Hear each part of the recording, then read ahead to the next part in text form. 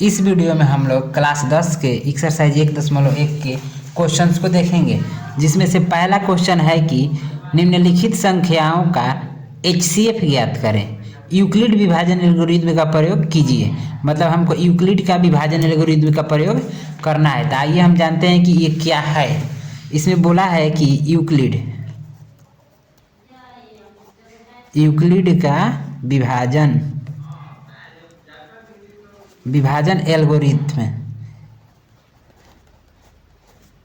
Algorithm के बारे में जानना ये है क्या।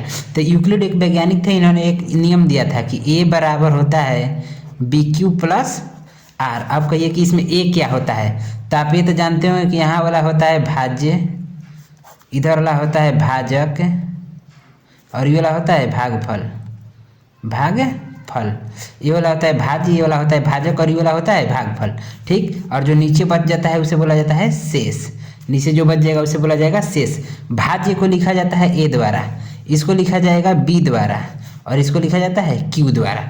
A बोला जाता है भाज्य को, B बोला जाता है इसको और Q बोला जाता है यहाँ वाले को, और शेष को R बोला जाता है। ठीक, तो हम इसी के अनुसार यानी कि इसमें कहा था इन्होंने कि जो पहले वाला है यानी बीच वाला, इसमें अगर इसका और इसका गुणा किया जाए, इसका और इसका गुणा किया जाए और शेष जोड़ दिया जाए तो हमारा वही संख्या मिल जाएगा।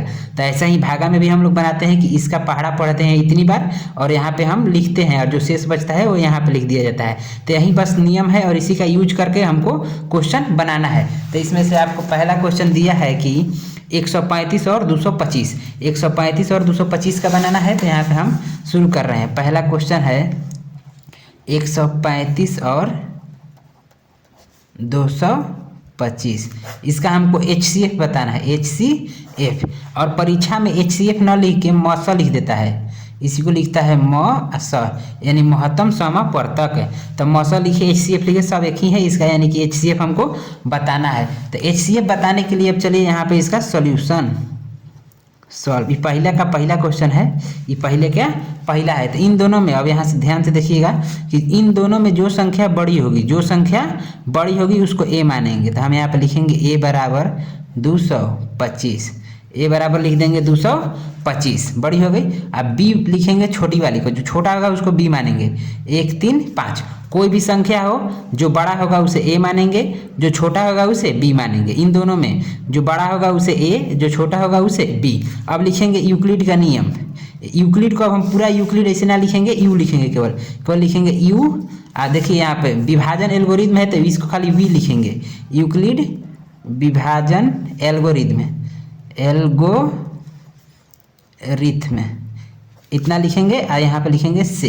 यूक्लिड विभाजन एल्गोरिथ्म से क्या था कि A बराबर BQ प्लस R। देखिए जब आपको 2 नंबर लेना है तो यहाँ से टोटल प्रोसेस करना पड़ेगा।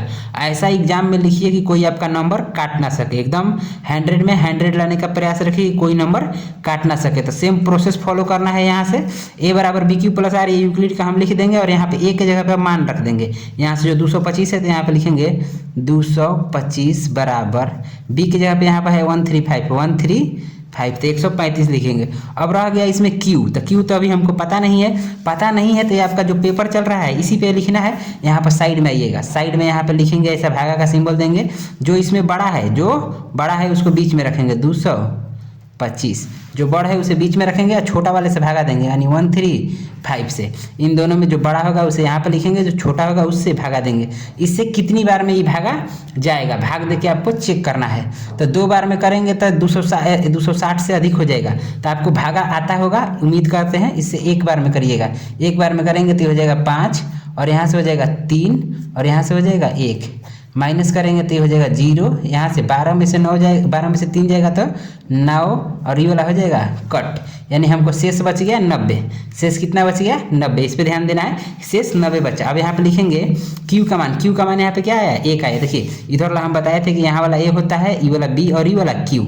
ये वाला ए, ये वाला बी और ये वाला क्यू। तो यहाँ पे तो ए और बी का मान हमको पता था, ए और बी का मान पता था, क्यू का मान नहीं पता था, तो क्यू हमने पता कर लिया। ध्यान दीजिए कि ये वाला ए होता है, बी और ये वाला क्यू। तो अभी क्यू के जगह पे लिखेंगे 1 और आर के जगह पे देखिए यहाँ से आर है ना, आर के जगह पे कितना आया है 90, तो आर के जगह पे लिखेंगे 90। और यहाँ पे लिखना पड़ेगा कि आर हमारा 0 के बराबर नहीं आया, हमको आर 0 लाना है, लेकिन यहाँ पे आर 0 के बराबर नहीं आया। तो अभी आगे हमको और काम करना है। अब इसका काम हुआ खत्म, इतना करने के बाद इसका काम हुआ खत्म। अब इतने में हमको सिर्फ देखना है, इतने में बड़ा कौन है, इसमें और इसमें, दोनों में बड़ा कौन है, तो बड़ा है हमको 135। तो अब लिखेंगे कि अब a बराबर 135 और b बराबर हो जाएगा 90। a हुआ 135 और b हो जाएगा 90। यहाँ पे फिर वही प्रोसेस सेम, यहाँ से यूक्लिड विभाजन एल्गोरिथम से, यूक्लिड विभाजन एल्गोरिथम से क्या हो जाएगा, तो a बराबर बी क्यू प्लस आर। कुछ भी इसमें स्किप नहीं करना है, अगर 2 नंबर पूरा लेना है तो इतना काम करना पड़ेगा, इतना याद रखिएगा। a बराबर बी क्यू प्लस आर लिखेंगे और यहाँ पे a का मान रख देंगे 135, b के जगह पे 90, b के जगह पे 90, q हमको नहीं पता है तो फिर से ऐसे ही भागा वाला काम करेंगे। और यहाँ पे होता है हमारा a, तो a इसमें क्या है 135, a के जगह पे क्या लिखे 135, अब बीच में हो जाएगा 135, b क्या है तो b है हमारा 90, तो 90 से हम इसमें देंगे भागा। तो फिर अभी एक के बार में जाएगा, एक बार में जाएगा यानी कि 90, 2 बार में ले जाएंगे तो 180 हो जाएगा, जो कि अधिक हो जाएगा, तो एक ही बार में ले जाएंगे। यहाँ से ही घटेगा तो ये हो जाएगा 5 और यहाँ से 13 में से 9 जाएगा तो 9 और 4 हो जाएगा 13, यानी कि कितना हुआ 4।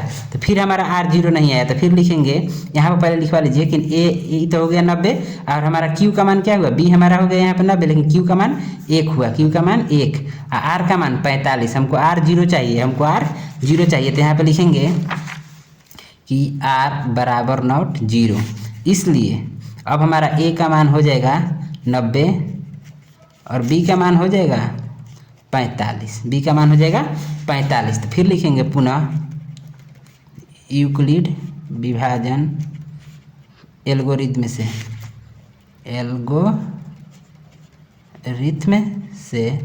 यूक्लिड विभाजन एल्गोरिथम से क्या हो जाएगा, तो a बराबर b q plus r, a बराबर b q plus r. a के मान कितना है 90, तो यहाँ पे लिखेंगे 90, b का मान है 45, क्यू हमको नहीं पता है, क्यू के लिए यहीं पे साइड में करेंगे। और परीक्षा में भी साइड में ही करते आना है, यहीं पे कहीं साइड में नहीं करना है, यहीं पे करना है जहाँ क्वेश्चन बनेगा। तो ए के जगह पे लिखेंगे 90, बी के जगह पे लिखेंगे 45, 45 से कितनी बार में 2 बार में, 45 दुना के 90, शेष हमारा कट के आ गया 0 और यहाँ पे क्यू भी मिल गया हमको 2 और शेष मिला क्या 0, यहाँ पे कुछ नहीं था, यहाँ पे 0 मिल गया। अब लिखेंगे कि चूँकि r बराबर 0 इसलिए अब हमारा लिखाएगा HCF है। जब r का मान 0 आ जाएगा तब हमको लिखना है HCF, और जिससे कटा है लास्ट में, जिस संख्या से ही पूरा कट गया वही हमारा होता है HCF। तो HCF क्या हो जाएगा 45 और ये हो जाएगा हमारा आंसर। और इस तरह से मिल जाएगा हमको 2 नंबर। यहाँ से